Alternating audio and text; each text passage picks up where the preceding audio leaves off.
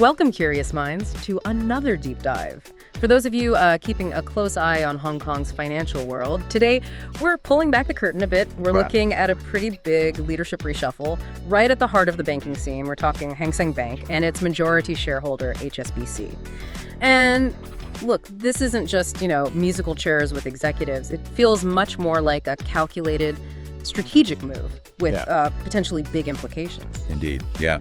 We'll be exploring these executive moves, how the market reacted initially, and what it all signals, really. For the future of banking in Hong Kong, which is such a dynamic hub. And our sources today, well, they're quite varied. We've got Hang Seng's own corporate governance report for 2024, recent financial news, some sharp analyst takes, and even some interesting insights from a dialogue with women chief executives. Right. So our mission today is basically to unpack who's going where, why now, and what this tells us about the bigger picture in financial services. Stuff that affects us all. By the end, you should have a good handle on a topic that's pretty critical for finance, both regionally and globally. Okay, let's jump in. So, maybe to set the scene, let's look at Hang Seng Bank's recent performance first. The first half of 2025, it was a bit of a mixed bag, wouldn't you say? Absolutely. A mixed bag is a good way to put it. The sources show Hang Seng actually did beat analyst revenue estimates by about 2.7%. So they brought in HK $16.1 billion, which sounds pretty solid. Okay. However, the flip side is net income took a significant hit. It was down 35% from the first half of 2024. Wow, 35%. Yeah, and that meant the earnings per share, the EPS, landed at HK $3.34. That missed analyst estimates by a full 20%. And EPS, just for everyone listening, that's the slice of profit for each share. So it's a key number investors watch. And tied to that, the profit margin also tightened up. It fell from 51% down to 39%, mostly because of that lower net income. Right, so revenue beat, but the bottom line, the profit didn't quite follow through. So how did the market digest all this, especially with the leadership news breaking around the same time? Well, looking forward, the forecasts actually show Hang Seng's revenue growing, about 5.9% per year on average for the next 3 years. Okay, so growth is still expected. Yes, though it is slightly below the forecast for the wider Hong Kong banks industry, which is pegged at 9.0% growth. But what's really interesting is, despite those financials we just talked about, the market's initial reaction to leadership changes themselves. It was, pretty positive. Oh, interesting. Yeah, both HSBC and Hang Seng shares saw a little bump right after the announcement. It suggests investors felt okay, maybe even confident about the stability and the strategy behind these moves. However, fast forward to early September 2025, and Hang Seng stock was trading kind of flat, around HK $113.30. So it indicates, a more complex picture now. Investors are weighing everything up. Okay, so the market's definitely juggling a lot here. Past performance, future forecasts, the new faces. It's complicated. To really get under the skin of what's next, we need to look at what the analysts are saying, right?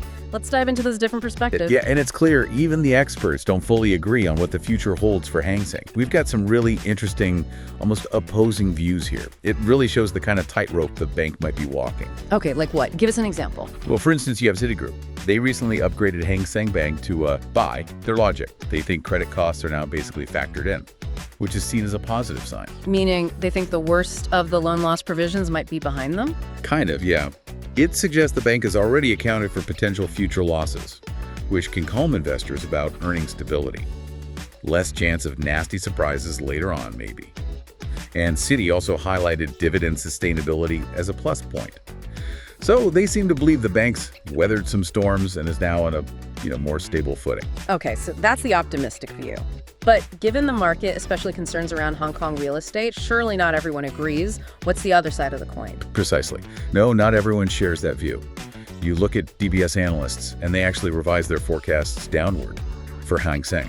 Ah, okay, why? They're pointing to pressure on the net interest margin, the NAIM. That's the core profitability measure, the gap between loan earnings and deposit costs. They see that getting squeezed. Right. And they also flag significant credit risks, particularly tied to Hong Kong's commercial real estate market, which, as you know, has seen some real headwinds lately. Defaults, valuation pressures. It's a big concern for lenders. Yeah, that's been in the news. And Morningstar analysts, they kind of echoed that worry. They flagged elevated credit losses as something that could drag down profits. So, yeah, it really highlights the risks still present in the bank's operating environment. So a clear split then. Optimism about stability versus real concerns about margins and specific sector risks. What do you, listening in, make of these conflicting takes? Does the current share price reflect the upside CDCs or more of the downside risk DBS and Morningstar are worried about? It's a tough one. These kinds of mixed signals and these differing expert views, they really underline that just carrying on as normal probably isn't going to cut it. In this kind of environment, it often demands strong leadership moves, which is exactly what seems to be happening here. This brings us right to the heart of it, doesn't it? These personnel changes, they feel very planned, very strategic, not random at all. Let's talk about who's actually moving where. Indeed. Okay, so effective October 2025, assuming regulators approve, it's a three-way shift. Diana Cesar, who's currently the chief executive at Hang Seng Bank, she's moving back to HSBC. Her new role is vice chairman for Hong Kong. Okay, back to the parent company in a senior role. Exactly. Then, Luanne Lim, who's currently the chief executive of HSBC Hong Kong, she steps into Diana Cesar's shoes. She becomes the executive director and chief executive of Hang Seng Bank. Right, so a direct swap at the top almost. And then completing the triangle, Maggie Ng. She's currently HSBC Hong Kong's head of retail banking and wealth. She moves up to take Luanne Lim's old job as CEO of HSBC Hong Kong. Okay, wow. That specific combination, it feels very deliberate. What's the thinking behind this particular arrangement? It's clearly more than just finding new people for jobs, isn't it? Oh, definitely. It's much more than just a rotation. The core reason seems to be strategic integration and making the most of their internal talent pool. Remember, HSBC owns nearly 64% of Hang Seng Bank. So Hang Seng is absolutely crucial to HSBC's Hong Kong strategy. Right, they're tightly linked. Exactly. So this reshuffle points towards, and I'm quoting here, a deeper integration of strategy and a clear focus on a unified vision for the Hong Kong market. David Liao, he's co-chief executive for Asia Middle East at HSBC. He said very clearly that HSBC sees substantial further opportunities to invest and grow in Hong Kong. And these leadership moves are designed to help them grab those opportunities. It's about synergy, creating a more cohesive force. It also sounds like a really strong vote of confidence in their own people, doesn't it? These aren't external hires brought in to shake things up. They're all long-term insiders. Absolutely. That's a key point. All three are HSBC Group veterans, decades of experience across Asia. So that brings continuity, a deep understanding of the markets here, and hopefully a smoother transition. And each new appointment comes with its own specific strategic goals too. It signals faith in their homegrown leadership. Okay, so what are those specific goals for the new leaders? How do their backgrounds fit what the banks need right now? Well, for Luanne Lim, moving to Hang Seng Bank, her background is strong in strategic partnerships, digital transformation, innovation. So she's seen as, quote, the ideal leader to steer Hang Seng Bank into its next phase of development.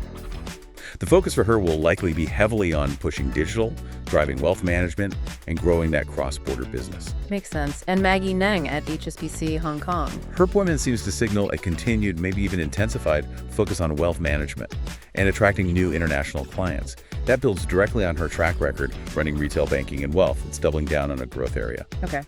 And Diana Cesar, moving to that vice chairman role. Her move ensures her, quote, deep knowledge and experience of the Hong Kong market stays within the group at a high strategic level.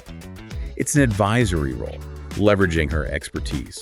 And it's worth remembering, from sources like that dialogue with women chief executives, Diana Cesar herself often talks about striving for excellence, constant development, integrity, humility, and a real can-do attitude. That personal leadership philosophy seems to really mesh with the group's bigger ambitions for dynamic, resilient growth. Yeah, that's interesting. It's not just about the CVs, it's about the leadership style too, and that connects to culture, right? Which you mentioned is important here. I saw Hang Seng's corporate governance report talks quite a bit about their culture and values. How does that fit with these strategic changes? Yeah, that's fascinating. The report really emphasizes their commitment to building an agile and dynamic culture and workplace. Why?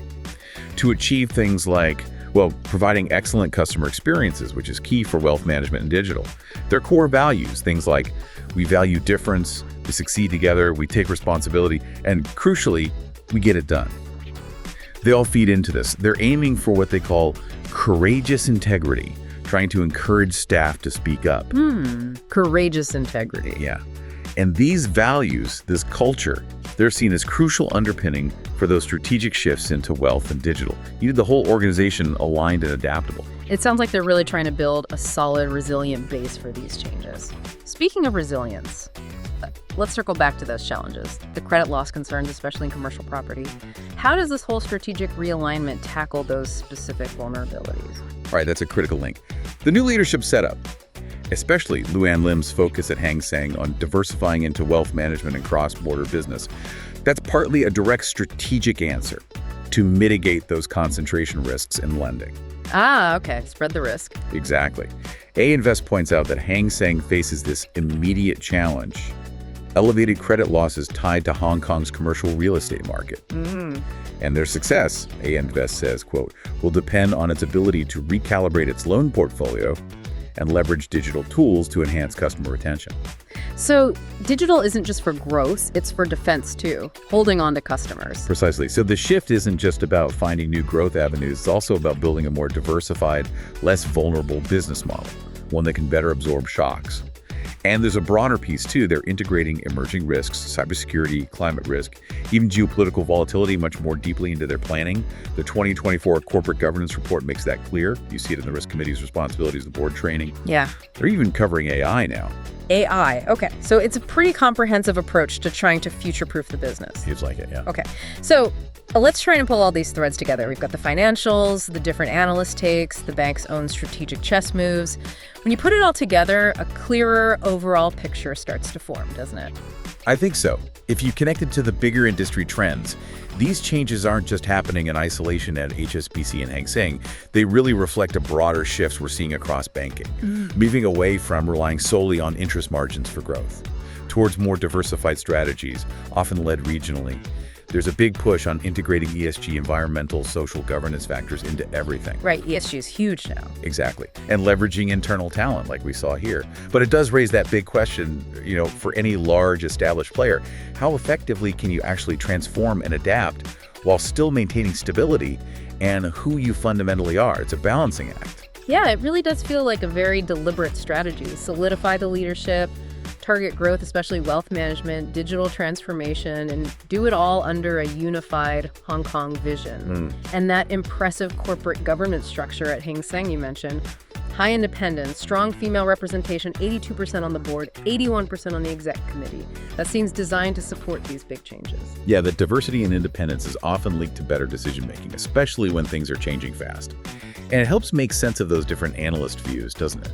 Citigroup's optimism on dividends versus the DBS Morningstar, worries about credit losses and NIM pressure, they highlight that constant tension. Yeah. Embrace the strategic positives while managing the market risks. So this reshuffle, with its focus on diversification and digital, it's basically their attempt to tackle those risks head-on, build a more resilient, forward-looking bank.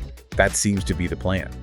And all those efforts they detail in the governance report, the board reviews, the director training, including things like AI, the strong risk committees, it all shows they're actively trying to manage these complexities. It's definitely a multi-pronged approach to navigate what's, let's face it, a challenging environment. What a deep dive. Okay, so we've unpacked this strategic reshuffle at Hang Seng and HSBC. We've looked at the market's initial kind of mixed reaction. We've seen the big ambitions for digital and wealth management driving the changes. And we've heard the different expert views alongside the strong governance framework Hang Seng has built.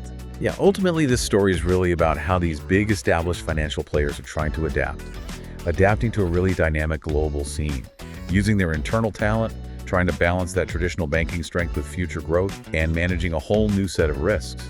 Absolutely. Okay, so a final thought then for you, our listener, to chew on. Given everything we've discussed today, the mixed market signals, the big leadership changes, Hang Seng's focus on governance and culture, what specific innovation or maybe cultural shift do you think will be the most critical thing for Hang Seng Bank's long-term success in this incredibly dynamic Hong Kong market?